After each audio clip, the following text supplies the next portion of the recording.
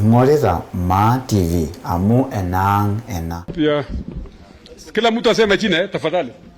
Your Excellency the Fifth na watu wa South Rift, hamjambo. Mimi ninaitwa Ruth Sintame Kilusu, nimetoka Narok County. Mimi ndio mama wa Azimio Narok County na walinipa jina taa la Azimio Narok County. We wish you all the blessing, Baba the Fifth. Inawezekana na itawezekana. Your Excellency, the Right Honorable, wananchi wa Kenya, amjambo. Bwana Yesu asifiwe. Nikisema power mnasema power. Namna hiyo. Wananchi power. Wananchi power. Wananchi TV. Baba State House. Kwa majina naitwa Dickson Sarbabi. Mimi ndio youth leader wa ODM Narok County. Nasimama Narok East kutafuta kiti ya ujumbe. Na wakati ulikuwa nje kidogo tulikuwakilisha Narok County. Tulikuwa na mkutano kubwa Narok East ya Azimio. Tuliongozwa na Governor Tolgos, Governor Lee na kina Ledama, tulikuwa wengi sana na tulikuwakilisha kabisa. Asante sana na tuko kwa hii safari ya kukupeleka State House. Asante. Haya, nimesema ya kwamba kwa sababu tunaelekea a critical stage kwa hii mambo ya wewe kupigania a white democratic space in this country. Naona wakati huu sisi tunaingia ndani. Na ile kazi nzuri baba amefanya, mimi nataka tu mjue ya kwamba kupata multipartyism, nani alikuwa mbele? Kusukuma mpaka tuwe na katiba mpya, nani alikuwa mbele? Baba. Nani alipigania devolution ile tunasherehekea saa hii? Baba. Nani amefanya watu waongee mpaka wanatusiana bila kufungwa, kama wakati ile tulikuwa nakimbizwa mpaka unapita mlango wa nyumba? Sasa kama mtu amefanya kazi hiyo yote, wengine ukijaribu kuona ni nini wamefanya utashangaa. Hebu tupange watu wa baba nyuma yake, tuone ni yake na nani, na wengine wapange yao, utashangaa. Hata wewe mwenyewe utaona tu ni heri niende kwa baba na wafuasi wake, kwa sababu ni they are safer hands, na hiyo pali serikali itakuweko. So asanteni sana. Asante sana. Chamge missing. Asante sana. Azimio. Thank you very much. You are kama asante. Your Excellency, hao watu wako hapa kutoka South Rift. Ukiangalia pengine between 15 and 20 of them and 20% of them utapata damu kidogo ya Wakisii hapo. Na hiyo ndio kweli. Na ukikuja huko kwetu pia unaweza pata damu kidogo ya hao. Shauri iko kitu tuko common, tuko na kitu common, kuna kitu tulikuwa tunatafuta. Hiyo kitu wakikuja hapo wakitafuta wanaenda na hiyo kitu pia wanaenda na watu wengine. Lakini sisi tuko marafiki. Your Excellency, for me, these are people I know. I grew up in Kericho. I was actually born there. Went to Kericho Primary School. These are people I know very well. So mimi vile nimewaona hapa na ninawajua fikira yenu na vile muko, mimi I wish you well. Ule anaweza kutusaidia hii devolution mnaona. Huyu mjamaa ambayo ambaye anapigana na hii kitu alikataa mambo ya devolution. Amungekuwa na Kericho na county government hapo Kericho. Amungekuwa na county government hapo Bomet, kwa maana alikuwa amekataa. Ule ametuletea yuko hapa. You are safe in his hands. Sisi kama wale maofisa ambao tuko na yeye tunafanya na hata nimeona vizuri sana, nimeona Saliko Sige hapa. Your Excellency, during the Moi government for about 4 years, when Saliko Sige was head of civil service, I was the one in charge of personnel management hapo office of the president. Tulikuwa tunachapa kazi na yeye. Na hao watu wote ninawajua nyinyi nyote. So mimi kama governor ambao tunafanya na Tolgos, I wish you the best. Enda huko chini mjue baba the what? The Fifth. Baba the what? The Fifth. Asante sana, Mungu awabariki. Thank you very much. Chamge South Rift. Ojamege gonya. Chamege ga. Mi komie ga. Ogonu kuraisiek. Kobwa koroni nyokurchiji. Anan kokenji oret. Mamache ngal chebo lembech. Kokure ongen ole ibochenge kuraisiek nga. Kibwana anyun, Your Excellency. I'm very pleased to have been given the honor to invite you to speak. I wasn't asked to speak, but I have one or two things I want to say. Ya kwanza ni kwamba huwa tunasikia hapa wakisema hivi, wanasema vile. Wewe uliposimama tukaenda na we mpaka Marakwet, ukaenda South Rift na Ntimama na Kipkalia Kones na wale wengine. Hawa watu ambao walikupigia kura kwa fujo wakati ule, si ni hawa Makwege? Kwa hivyo mimi sioni kama kuna ugumu wowote. Nilipokuja Kapkatet tukiomba mpigie kura constitution, Mheshimiwa Prime Minister hakuwako siku ile, nilikuwa na Kibaki. Nikaongea, nyinyi mkaniambia Kiliamo sinyo, kwa nini hamkuja mapema? Mmekaa mpaka sasa, tumedanganywa hapa. Kogiosu pchajange bagimasin kibir Kenya constitution anan mobir. Ara rani kesome governor kesome ni tos mokigeroi bubesio gele kikokiesio kakikimwoe ngalekab iman ngone kiberberak majita agenge kotokoberberok kora kiberberok rani koron kiberberak tun koin kiberberak aje komokesome boisionik chechang kimoche kemi serikali ninyone amu mokimoche kekerchi lagok sang mokimoche kekerchi biik kyok sang nengile bisom kasi uya kele bobichun momoche ngalek chetesetai bobichun kiesio ngalek chebo betusiechu. Constitution would not have happened without the effort of Raila Amolo Odinga. Let me say this today. Tulitoka Naivasha tukaja kukuona Mheshimiwa ofisini on Sunday. Tukakwambia hatuwezi kupata ile yote ambayo tulikuwa tunataka. Ukawa kidogo na tashwishi, tukasema hapana, mimi mwenyewe ndio nilikuambia accept this one sir, and tomorrow you will have an opportunity to bring in what else we did not achieve this time. This is what I had hoped you would achieve with the BBI. A lot of people think you woke up one morning and you wanted BBI to divide seats. No, this is something we left out of our conversations in Naivasha because we were not getting consensus. Na we mwenyewe uka accept. So we have many reasons to want you to take charge of this country so that we can achieve these things which have been on the drawing board for a long time. And as I speak, I'm not running for a seat, so nobody should go there and say, oh, yule alikuwa anajiombea tu. No, that is not my nature. I'm telling you what I happen to believe to be the truth. Na watu wa South Rift, kilenji no kongoi, ojang osirejeng North Rift, ngot ko mobir kura ajeget, ko magigi ajeget, kimoja akweget, otestai, ondo yuej, kenai kele, kitieno ke akweget.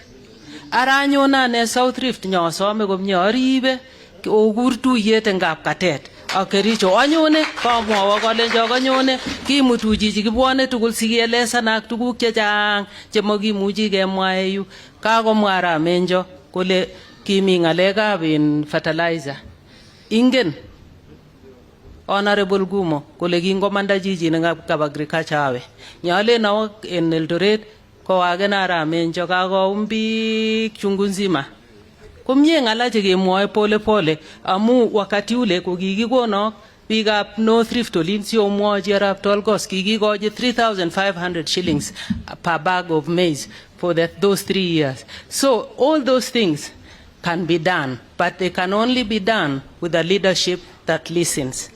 Kikeboisie, I don't know whether even Honorable Raila Odinga knows where we met, but I can't tell you all the places, but one of them was on the 3rd of December, 1980. You walked into my house with presents for my little baby. Maybe you forgot, I haven't forgotten. And all through those years, I can vouch for somebody who is as good as his word. If he says he will do it, he will do it. I can also tell you, here, hakuna ukabila. I've never quite understood how we ended up thinking that I am your sister, you are my brother. But I've seen that relationship with all of us. You are extremely comfortable in the Rift Valley, as you are in Bondo, as you are in Nyeri, as you are in Mandera, as you are anywhere else in this country. Such a person does not happen in history all the time. Fred Gumo, my former colleague, my senior brother, a wonderful friend, said something that we will continue to talk about, especially with the Secretariat and other people. And that is the fact that you always get the votes and they go somewhere. You'll remember the curious case of 07, where in my own constituency, you had 35,000 votes. When they were announced in Nairobi, you had only 5. And there was absolutely nothing I could do or anybody could do about it. So mimi nimeambiwa nikualike, lakini nataka nikushukuru kwa kureceive hao watu. Uliwaambia hao viongozi wao kwamba utapata nafasi, na umepata nafasi haraka iwezekanavyo, umewaona. Tunakuomba uitikie hiyo ambao wenyewe nasikia wakisema wanakualika kwao, because we want to be on the ground running and you can count on me. Your Excellency, may I invite you on behalf of my colleagues to speak to your people. Thank you very much, Your Excellency.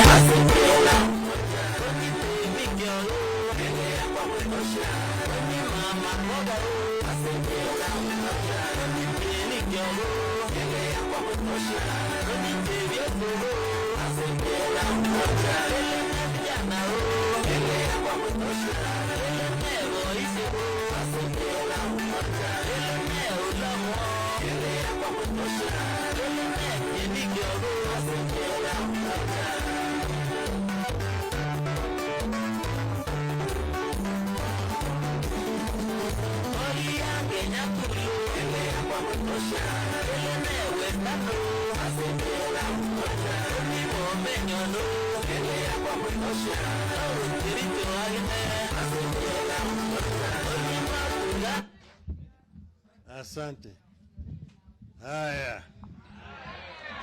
Haya. Wananchi wa Kipsigis. Chamge Tugul. Chamge Kokei. Asanteni sana. Mimi nimefurahi nyinyi kufika hapa siku ya leo. Nasema hayawi hayawi. Tulikuwa tumeongea na hawa viongozi wenu. Huyu dada yangu Sali alituandaa karamu ya chakula cha mchana. Tukakutana na hawa viongozi wote, na mimi nikawaambia ya kwamba kumepambauka. Jogoo shawika mara 3. Nikamwambia sasa mkeni twende kazi.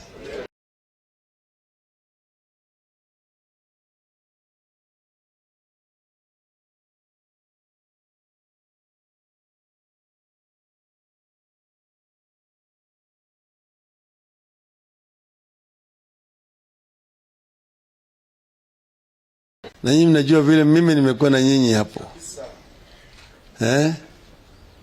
Arab Mibei. Kura yenu ilikuwa inanyesha kama mvua. Vile mlipiga mimi kwa fujo kabisa wakati ile tulikuwa tunamenyana na Kibaki. Sio? Na tukasema tunataka kurudi huko. Sawa sawa? Sasa kwanza mmeleta maswala nyeti hapa. Yale ambayo mmeongea juu yake ni mambo matatu. Moja, mmeongea juu ya mambo ya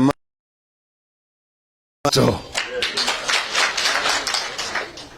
Ye bosi mtu mwingine tayari ametoa jawabu hapo. Ati sababu ni gani? Na mimi naweza kuthibitisha kwamba hiyo ndiyo sababu. Mambo ya rupurupu. Sawa sawa. Lakini mimi nitafuata sasa. Kabla ile siku ile ya ile Agosti, nitafuata tu mara moja. Anza kesho nitaongea na Uhuru akitoka huko mlimani.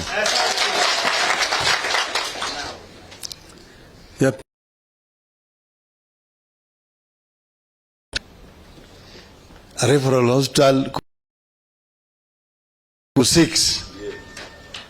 Vile sisi tumepanga tayari ati tutakuwa na regional level 6 hospitals katika kila region. kila county tutakuwa na level 5 hospitals. Moja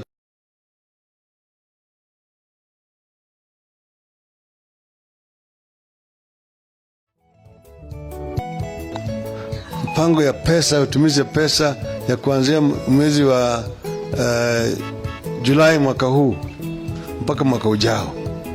Sasa ndio wakati ya kufanya namna hiyo. Sawa sawa.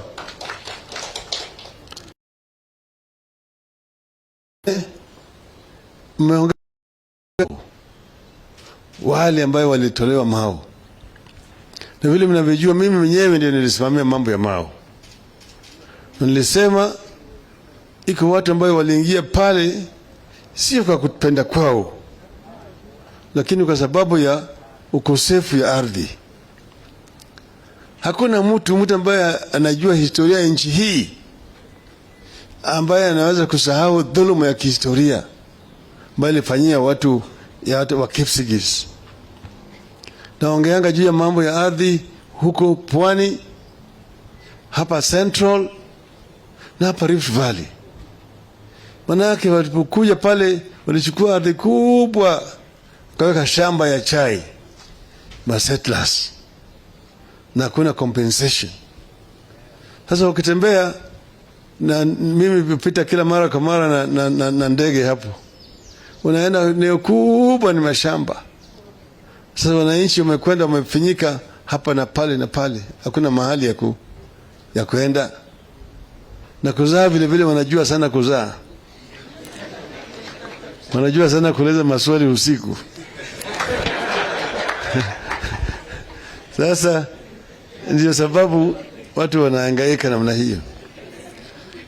Tulisema ati hao watu watoke Mau, lakini wapewe mahali ambayo wanaweza kukaa.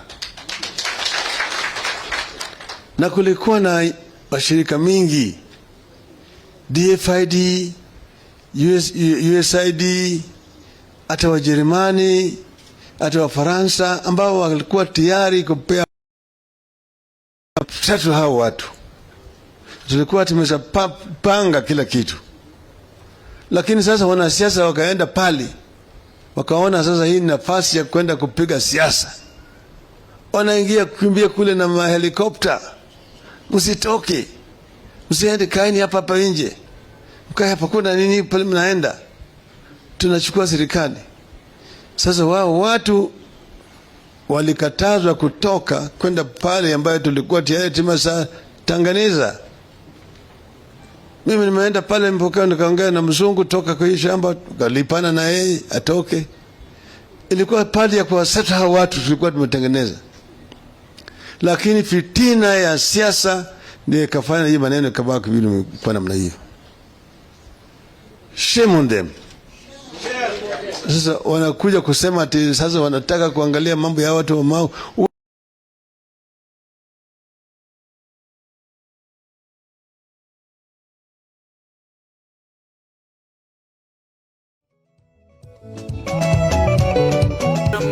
Kuna shida kwa pande ile ya mahindi.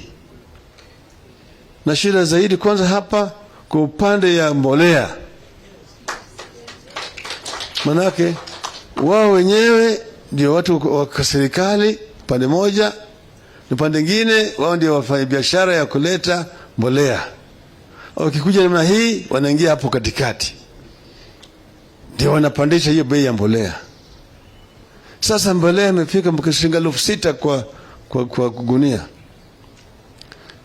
Ukilipa hiyo hakuna mapato yote unapata kwa hiyo mazao. Kwa hivyo na hakuna nchi yote ambaye kilimo is not subsidized.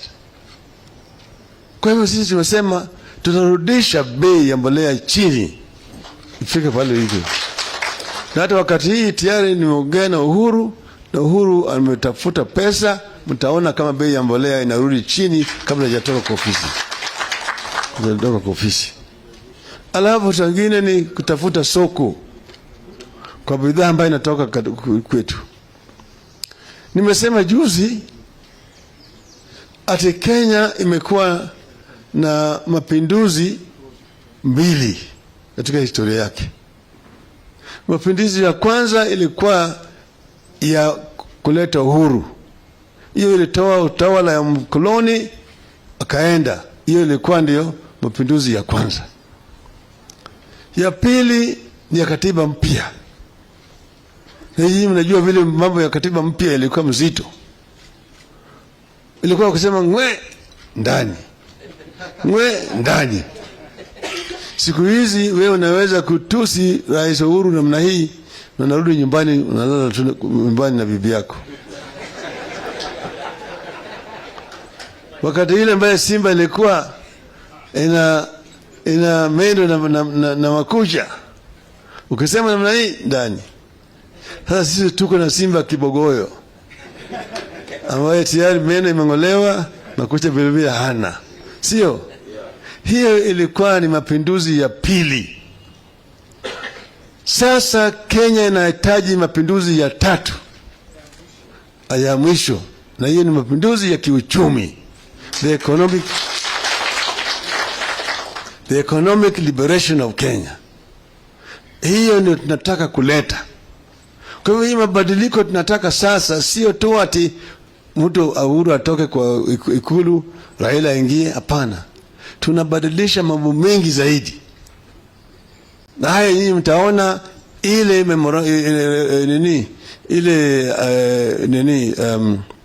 manifesto yetu ikitoka, mtaona tumesema tunataka kupigana na yale maadui matatu makubwa.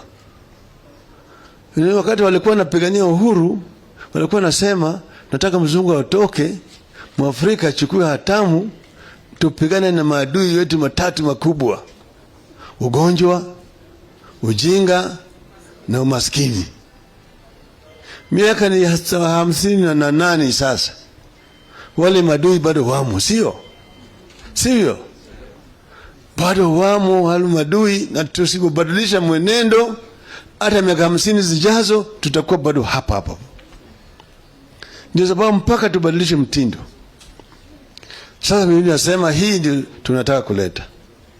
Tumesema kwa upande ya ujinga, kila mtoto ambaye amezaliwa kwa taifa letu, hata kama wazazi hawana pesa, atapata fursa sawa kuanzia nursery, primary, secondary, tertiary mpaka chuo kikuu.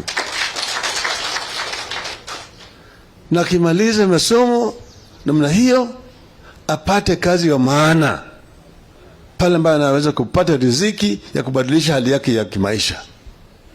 Sio kazi ya kusukuma wheelbarrow. Ati kazi ni kazi. Asitaki watoto wetu wasukume wheelbarrow. Hawa watoto walisema watawapatia laptop kwa nursery. Sasa wako katika darasa ya 12. Unawapatia wheelbarrow. So walikuwa hawa ni digital. Ni digital. Sasa unawarudisha kwa analog. Hata pre-analog. So nasema kazi wa maana. Na kazi tutaweza kujenga eneo mingi zaidi. Kwa kilimo kisasa, kazi itapatikana. Kwa upande mwingine tutajenga viwanda ili tufanye kile inaitwa value addition kwa ile bidhaa ambaye zinatoka kwa mashamba yetu. Na wale vijana ambao wanataka kufanya biashara yao watapata mkopo kutoka kwa hazina ya serikali na walipi chochote mpaka baada ya miaka 7. Access to capital.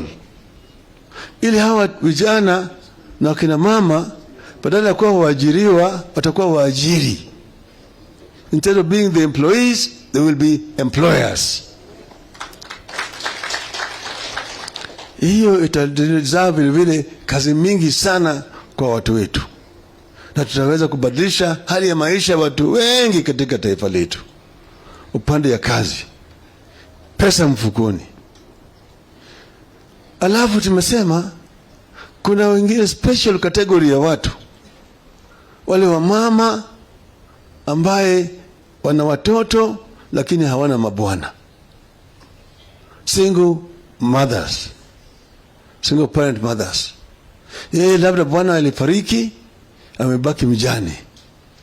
Mwingine walioana wakataleakiana, sasa yeye amebaki ni watoto, bwana ameoa bibi nyingine ameenda huko.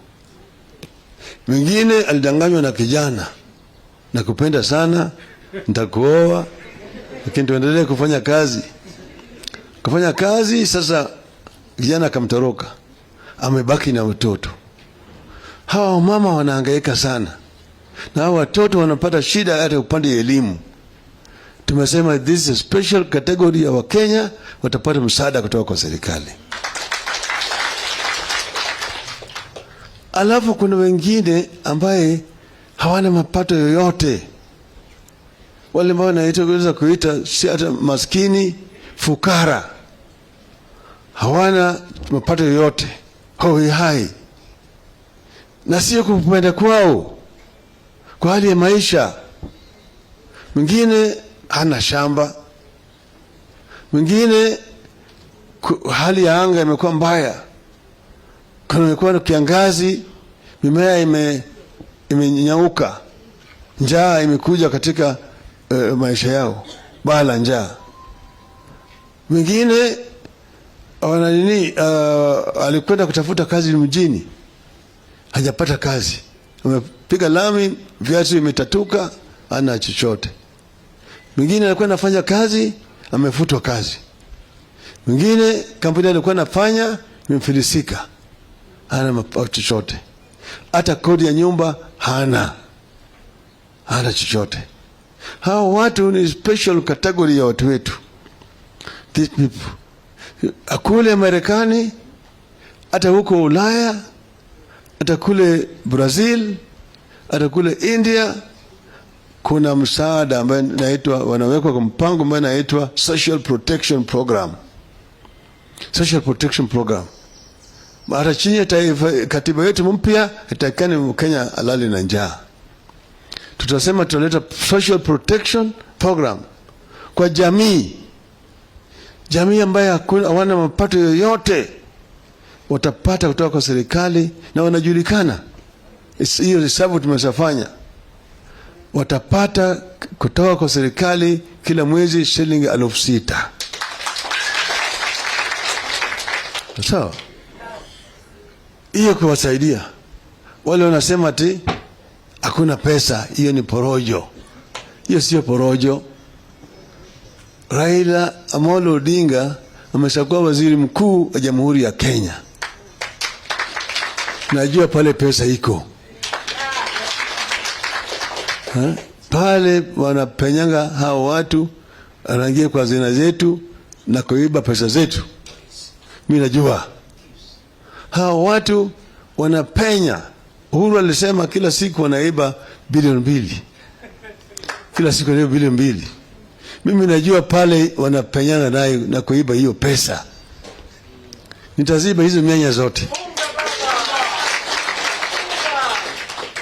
Sasa ile ambayo wanaingia hule ni membamba kama shindano. Lakini baada ya mwaka moja, mwaka mbili, mefura kama kupe. Ile kwa ambayo imesafyanza damu ya ng'ombe.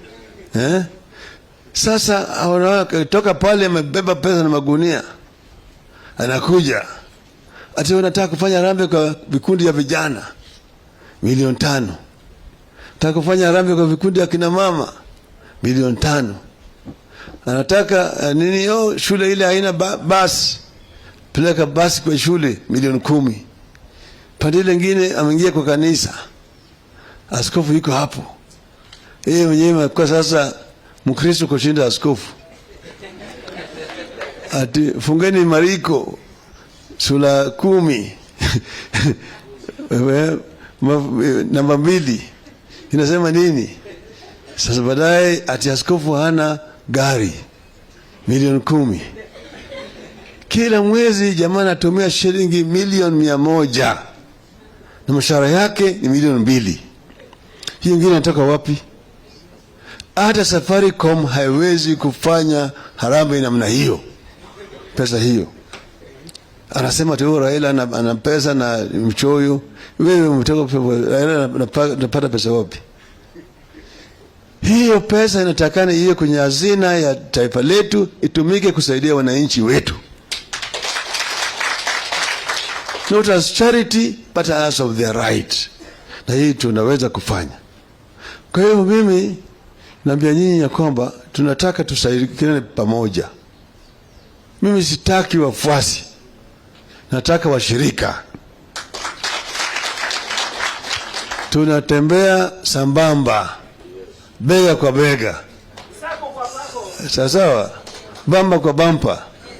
Na mimi nitasema ati anachukua anaweka, anachukua anaweka, anachukua anaweka.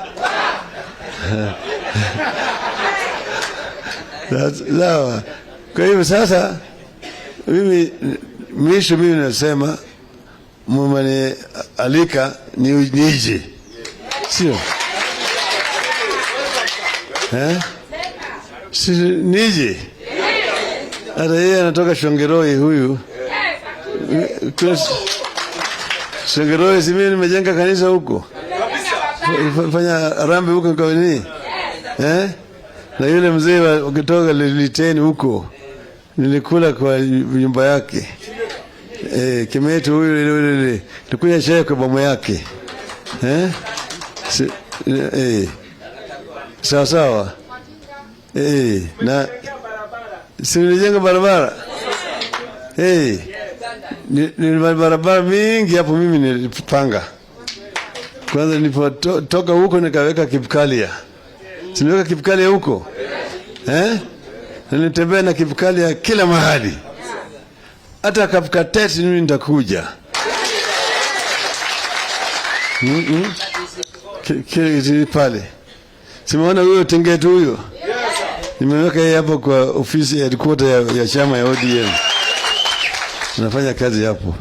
Na yuko hapa Lamenyi yangu hapa. Huyo mnaona yeye bwana Segei huyo. Yeye ndiye ameoa kitinda mimba. Mama Aida ni mkubwa na bibi yake ni wa mwisho. Sisi Lamenyi yangu sio? Kwa hiyo mimi nikiwa kuja hapo mimi ni mwenyeji huko, sio? Mimi si mgeni. Sawa. Kwa mimi nataka turudi pale tulitoka. Pale tulikuwa na Kipkalia huko. Na Lona la Boso. Si mnakumbuka pale? Turudi huko. Mko tayari? Mko tayari? Nione kwa mkono. Asanteni sana. Ingoreza Ma TV amu enang ena.